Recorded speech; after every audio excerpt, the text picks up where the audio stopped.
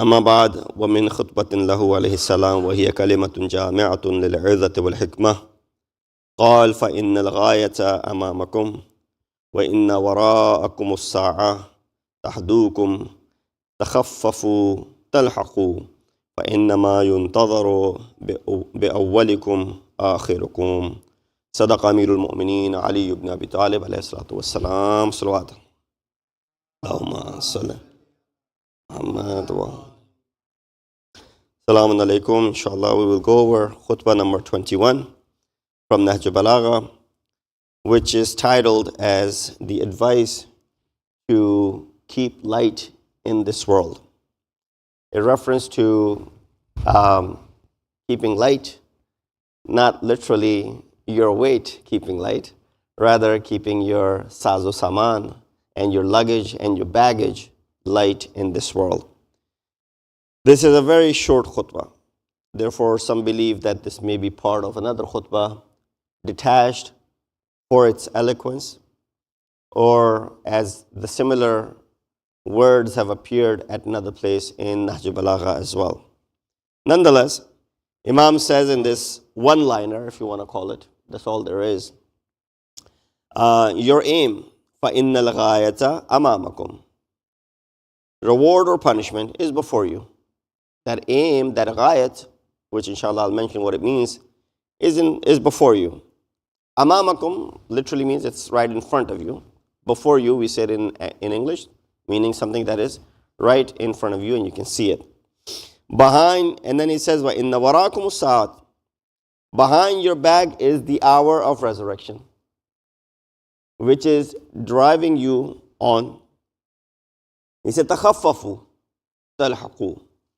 Keep yourself light and overtake the forward ones.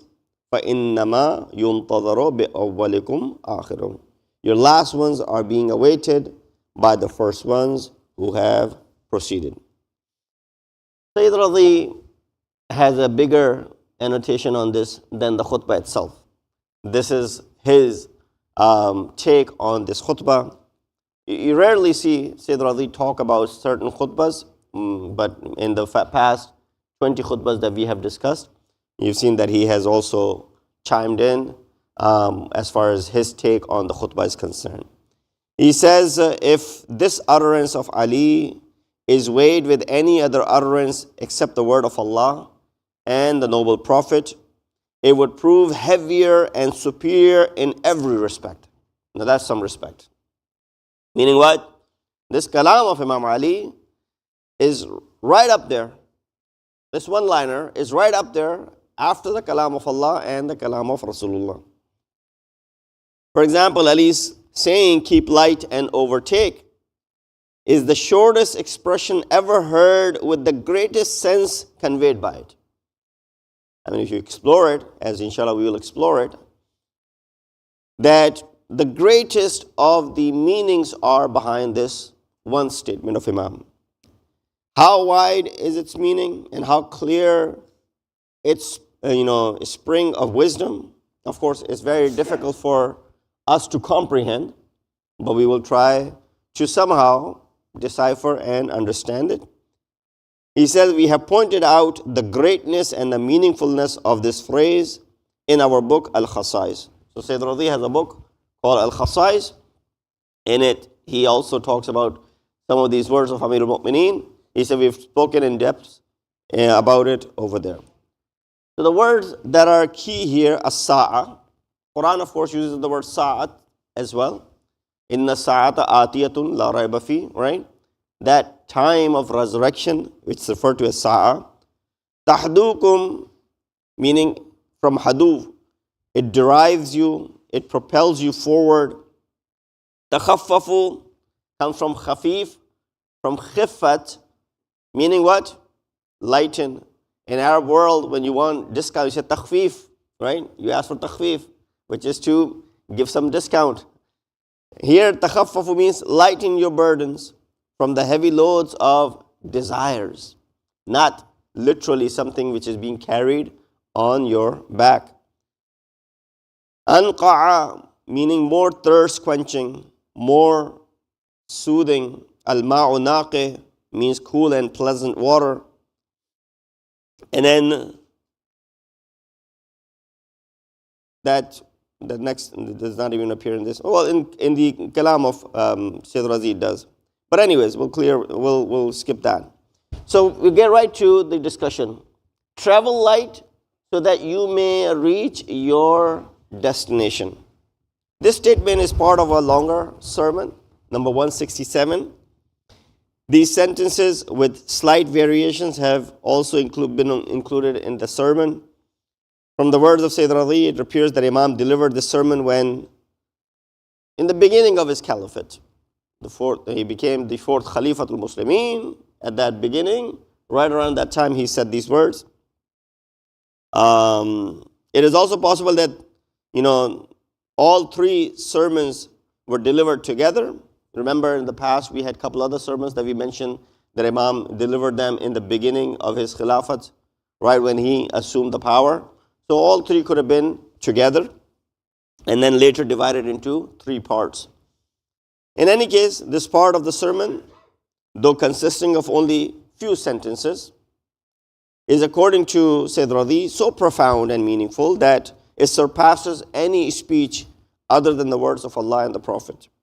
And truly, this is the case. What eloquence and rhetoric it is that such a brief statement conveys such lofty truths. Imam first directs our attention to the concept of the hereafter and the grand court of divine justice, which will be established on the Day of Judgment. Through this, he reminds them of the significant responsibilities that all of us have, that people will bear during his caliphate, and warns them against the hypocrisy and obstruction and division. Therefore, Imam says, the end, فَإِنَّ الْغَايَةَ أَمَامَكُمْ. The end, the resurrection, the Day of Judgment, paradise and hell, all of it is the end, right? End is the Qiyamah. End is when, judgment will be done. End is when the resurrection will happen. End is when you will be given either Jannat or Jahannam. It's constantly driving you forward. أَمَامَكُمْ وَإِنَّ وَرَاءَكُمْ السَّاعَةَ تَهْدُوكُمْ. It says this profound statement emphasizes accountability and the inevitable nature of the hereafter. That it is a must. It'll happen. If you have any doubts, get those doubts out of your mind. This will for sure take place. Urging people to reflect on their actions and responsibilities. Well, at that time, people, aside from, of course, mushrikeen, people naturally believed. They were, just recently had become Muslims, and they've been Muslim for quite some time, from the time of Rasulullah. So their iman is strong at that time. Do they not believe in the ma'ad, in the hereafter, in Qayamat? Well, today, you see, while there's so many who claim to be agnostics or atheists, don't believe in the hereafter. Imam ﷺ is urging, no doubt about it. If there was ever a doubt about anything, get that out of the mind. Qayamat is something which is inevitable and it'll happen. And you'll be urging people to reflect on your actions and responsibilities. The word ghayat, as I mentioned, is reference to the end. When it said it lies before you, means there's no doubt or uncertainty. When you say to someone's looking for something, where are my keys? You say, well, it's right in front of you. Right? Where's my phone? It's right in front of you. Right away, what is that telling you? It means open your eyes. It's right in front of you. You're not looking. You're thinking, but you're not looking. Same thing is with the Qayamat. The word sa'a, as explained by some commentators of Nahj al-Balagha, refers to the minor resurrection, which is death. So sa'a could be death. As is we recite in Talqeen, وَإِنَّ السَّاعَةَ لَآتِيَةٌ لَا رَيْبَ فِيهِ. That sa'at, well, of course, that's referring to Qayamat. But this sa'at, Imam, could be meaning, what is it? The time of your death. When it says behind you, it is because the factors of death are constantly following behind a person. Death is constantly behind you. It's looking for you. And the moment comes, takes you. Driving them from childhood to youth, from youth to old age, from old age to the end of their life. Some have given other explanations regarding the word sa'at as well. We'll skip those. These interpretations have little difference in meaning, and their conclusion is essentially the same. Regardless of what you take as the word sa'at, to be the death, to be the resurrection, to be barzakh, whatever you want to take it. At the end, it's the same. You're headed in that same very direction. Considering that the word tahdukum is derived from the root hadu, which means driving camels with a special melody. Again, in the Arab world, you'll have the reference to camels, and you'll have reference to something to do with the camels. It brings to mind the idea that the passage of days and nights, months and years, although drawing a person closer to the end of their life. It's intertwined with the adornments and the distractions of this worldly life that we get all caught up with. The glamour of the world, making it easy for one to become what? Heedless of their inevitable fate. Right away, many of these things, they occupy our minds so much so that we forget that we have to be answerable to Allah subhanahu wa ta'ala. In reality, this brief statement at the beginning of this brief sentence at the beginning of this statement reference is made both to the greater resurrection, Qiyamate Kubra, and as well as to the lesser resurrection, Qiyamate Sughra. I'm sure we've heard these, Qiyamate Sughra ho gayi, Qiyamate Kubra ho gayi. These references are made. This could be same thing over here. Paying attention to these concepts, or these two concepts, prepares the listener to accept the words that follow. Then Imam delivers this very brief yet profound, meaningful statement, takhaffafu talhaqu. Rasulullah has a sentence. He said,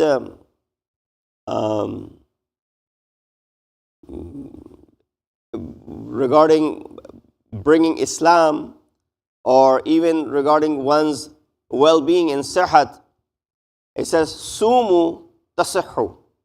Fast and you will be healthy. Sumu tasihhu. Or Qulu la ilaha illallah tuflihu. Say la ilaha illallah and you'll be successful. Similar statement is Imam Ali's over here. Takhaffafu talhaqu. What does that mean? Lighten your burdens so that you may catch up with the caravan. Literally. I'm sure many of you have gone with caravans for ziyarat. Think about it. The ones who are carrying the most luggage with them are left behind. The ones who are traveling light, they can easily run around, roam around, move forward. When you're going for Arba'in Ziyarah, they're walking. Everybody's walking this distance from Najaf to Karbala. Some people might be carrying a lot of stuff. They may have to because they got kids, for example, with them. They got stroller with them. They got all that. And even at the airport, you see a lot of people, young kids, they got more things. They got more bags with them. While you're traveling alone, you travel light. You got one thing in your hand, you walk right into it. Same thing over here, Imam, is when he gives the example of this world, he says, takhaffafu talhaqu. If you are light, then you will be able to catch up. Let me remember a story when in 2003, I was still in Iran. The borders of Iran-Iraq opened after Saddam's fall. Many of the students went to Iraq for ziyarat by road. And still people go by road. He said when we entered Iraq, there was this, we had to walk. Literally, they had to walk for a few miles before they can get to where they can find some, there was so much uncertainty after Saddam's fall. And the Iran-Iraq border, there were a lot of landmines, right? Because Saddam's era, 8 years war, he kept the borders to be protected. There were a lot of landmines so that Iranians would not infiltrate, for example, to keep them away. So he said there was a guide who was leading us through this border area by foot so that we can make it to the place where we can find the transportation to Najaf and Karbala. So he said we had to walk a few miles in that area very carefully. You had to tread very carefully, and you followed this leader of yours who knew where he will lead you from, where there won't be any landmines. But at the same time, they had to be, fearful of the remaining army that was there, because you didn't know right now the army. Right now, whatever the case is in Syria, same thing, right? There's an army that was loyal to the president, who's now ousted. Now that army is still there. What they're doing, they're being given pardon, they're being treated harshly, we don't know. Some may have even joined the new movement, HTS, for example, one of the cases. So same uncertainty existed back in 2003. Anyways, bringing it to close. One of our friends who was traveling, he said, we had this guy from our madrasa. He's carrying this heavy bag with him. And he was like, I'm tired, I can't walk. Started complaining. So we kept on telling him, why did you bring so much luggage? I'm tired, please help me. He says, so people started helping him out. Someone said, okay, let me take your luggage for a while. Everybody else was carrying their own backpacks. Someone said, I'll carry it for you. Someone said, then I'll carry it for you. He said, it was very difficult. We were walking, and he was walking gingerly. But then there was a fire shot. Someone fired from far distance. Maybe one of the army men or people who are keeping guard of the borders. They weren't shooting at the people. They were still just firing to scare people off. He said the moment that fire shot was heard, this guy who could not walk, he ran as fast as he could. He said, what happened? I thought you were tired. You couldn't carry your own luggage. He said the moment the fear came about, the moment the life was at stake, he forgot about all the fear, and then he raced as quickly as possible. So a lot of times you have to get rid of that extra baggage and luggage that you're carrying in order for you to catch up with the caravan. So caravan cannot delay. We've seen that a lot. When we go for ziyarat as well, people, we give them time, 6 o'clock, meet us in the lobby. We're leaving by 6:30. Why? Someone got stuck there, someone got stuck there, they did not know. And of course, if you leave them, it's a big problem there are. So such a person becomes easy target if they are left behind. If the caravan moves forward, this person becomes an easy target for thieves, bandits, and the wild desert wolves. However, those who travel light move at the forefront of the caravan and reach their destination ahead of others. This analogy emphasizes the importance of shedding unnecessary burdens, be they be material or spiritual. Yes, more so material, to ensure one stays on the path and safely reaches their ultimate destination. Of course, human beings in this journey of this worldly life, Ali, can you turn on the fan? Are travelers who have packed their belongings and are heading toward their ultimate destination and eternal life after death overtakes them. Those who burden themselves with heavy loads of worldly possessions will be left behind in the ups and downs of life, becoming easy prey to shaitan. If you're left behind literally, physically in a caravan, then you'll be easy target to the worldly shayateen. And if you're left behind in this spiritual caravan, then you'll be an easy target of shaitan. However, the pious, the ascetic, light in their journey, swiftly traverse all the difficulties and obstacles, ultimately reaching their everlasting happiness and success. In Sermon 204, the same sermon that Imam Ali ﷺ repeatedly delivered to his companions, we read, prepare yourself. May Allah have mercy on you, for the call to depart has already been given to you. Prepare yourself. Be ready for it. Reduce your attachment to this world, for ahead of you lies steep and difficult path and terrifying and dreadful stations. Of course, Imam is not scaring us, but there are these stations that are there. You have Hashr, you have Mizan, you have Sirat, you have all of these stations that come about in Qiyamah. Some commentators in al-Balagha have likened humans to travelers on a sea journey, caught in a whirlpool and mountainous waves. If you have traveled by sea, you've seen it, how terrifying that could be. What do they do in order to keep the ship afloat? They offload things, right? They throw things off. They had to throw things off in order to make it light so that it does not sink. Same thing. right? You offload, you throw things off, unnecessary things off. Unnecessary things off. In the story of Hazrat Yunus alayhi salam, he was the one thrown off the ship so that he could be in the belly of the fish. But this is what they do. The sailors, that's what they do. They remove the extra thing that they don't need, and in order for them to remain afloat. This analogy highlights the dangers of excessive attachment to the worldly possessions and desires. All right, Imam completes the above command with this statement, the final statement where he says, فَإِنَّمَا يُنْتَظَرُوا بِأَوَّلِكُمْ آخِركُمْ. The earlier ones are only being kept waiting, and the later ones join them. Those who died hundreds of years ago, those who died thousands of years ago, they're now waiting. Now, of course, they're in a waiting area where when they wake up, they don't realize how long they've been waiting for, right? So when we join them, it is as if we have all joined at the same time, but they've been waiting, they've been kept there. This sentence refers to the idea that entirety of humanity is like a single caravan. They're all waiting. You know, kind of like Rasulullah in Ghadir al-Khum, he stopped at that place, which was Markaz, which was central. He let those who had gone ahead come back. He waited for those who were behind to come forward. And that was the Markaziyat and the centralized position of Rasulullah, joining everyone, keeping everyone together, so that what happens? The Alan of Vilayat can be made at that time. So therefore, some have moved ahead, and some are in the middle, and others are at the end of the caravan, yet all are traveling in the same path.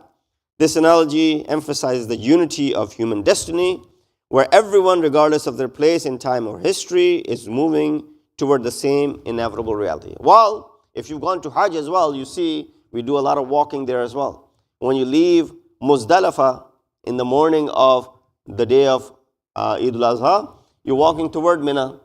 Well, there are hundreds of thousands of people are walking. Some are ahead, some are in the middle, some are behind, but they're all headed in the same direction. All of them have to make it to Mina in a certain time. All of them had to leave Arafat at a certain time. After sunset, they had to leave Arafat and they had to get to Muzdalifah so they could be there. If they don't make it, kafara is due upon them.